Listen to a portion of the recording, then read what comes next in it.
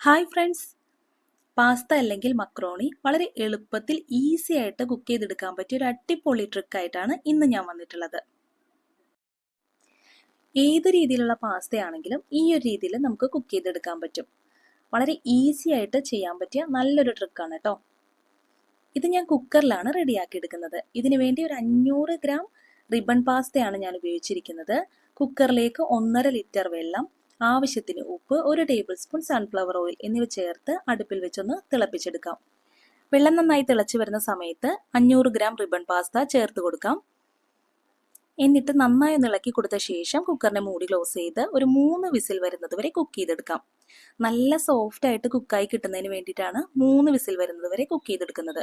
ഇനി ഇതിലും കുറച്ച് വേവാണ് നിങ്ങൾക്ക് ഇഷ്ടമെങ്കിൽ 2 വിസിൽ വരുന്നത് വരെ കുക്ക് ചെയ്തെടുത്താൽ മതി. എന്നിട്ട് പ്രഷർ ഫുള്ള് റിലീസായി കിട്ടുന്ന സമയത്ത് നമുക്കിതൊരു സ്ട്രെയിനറിലേക്ക് മാറ്റാം. ഇനി ഇത് ടാപ്പിനടിയിൽ വെച്ച് റണ്ണിങ് വാട്ടറിലൊന്ന് വാഷ് ചെയ്തെടുക്കണം. ഇങ്ങനെ റണ്ണിങ് വാട്ടറിൽ വാഷ് ചെയ്തെടുക്കുമ്പോഴേക്കും ഒട്ടും ഒട്ടിപ്പിടിക്കാതെ തന്നെ പാസ്ത റെഡിയായി കിട്ടും. ഇനി മസാല റെഡിയാക്കി എടുക്കുന്നതിന് വേണ്ടി ഒരു പോട്ട് അടുപ്പിൽ വെച്ച് ഹീറ്റ് ചെയ്യാം. ഇതിലേക്ക് 4 ടേബിൾ സ്പൂൺ വരെ സൺഫ്ലവർ ഓയിൽ ചേർത്ത് കൊടുക്കുന്നുണ്ട്. ഇനി ഇതിലേക്ക് 1 ടേബിൾ സ്പൂൺ ഇഞ്ചി വെളുത്തുള്ളി കൊത്തിയരിഞ്ഞതാണ് ചേർത്ത് കൊടുക്കുന്നത്. ഇതൊന്ന് മൂത്ത് വരുന്ന സമയത്ത് ഇതിലേക്ക് ചിക്കൻ ചേർത്ത് കൊടുക്കാം.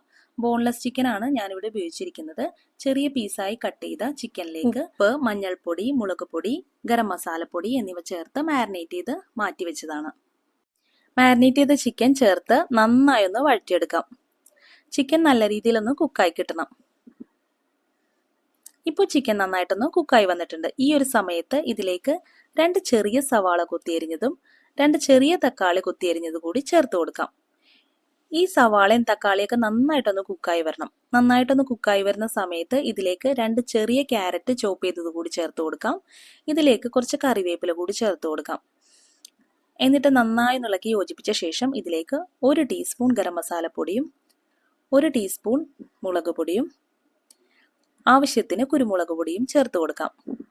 എന്നിട്ടിത് നന്നായിട്ടൊന്ന് ഇളക്കി യോജിപ്പിക്കാം. ഈ പൊടിയുടെ പച്ചമണമൊക്കെ ഒന്ന് മാറി വരുന്ന സമയത്ത് ഇതിലേക്ക് പാസ്ത കുക്ക് ചെയ്തതുകൂടി ചേർത്ത് കൊടുക്കാം. ഇനി നല്ല രീതിയിൽ തന്നെ ഇളക്കി കൊടുക്കണം കേട്ടോ. നന്നായിട്ട് മിക്സായി കിട്ടുന്നത് വരെ ഇളക്കി കൊടുക്കണം. മരത്തിൻ്റെ തവി തന്നെ യൂസ് ചെയ്യുകയാണെങ്കിൽ പാസ്ത ഒട്ടും ഉടഞ്ഞു പോകാതെ നമുക്കിത് മിക്സ് ചെയ്തെടുക്കാൻ പറ്റും. എന്നിട്ടൊരു 5 മിനിറ്റ് ലോ ഫ്ലെയിമിലിട്ട് അടച്ചു വെക്കാം. ഒരു 5 മിനിറ്റ് ആകുമ്പോൾ ഒരു സ്റ്റീൽ ബൗളിൽ ചാർക്കോൾ കത്തിച്ച് വെച്ച ശേഷം കുറച്ച് സൺഫ്ലവർ ഓയിൽ ഒഴിച്ചു കൊടുക്കാം.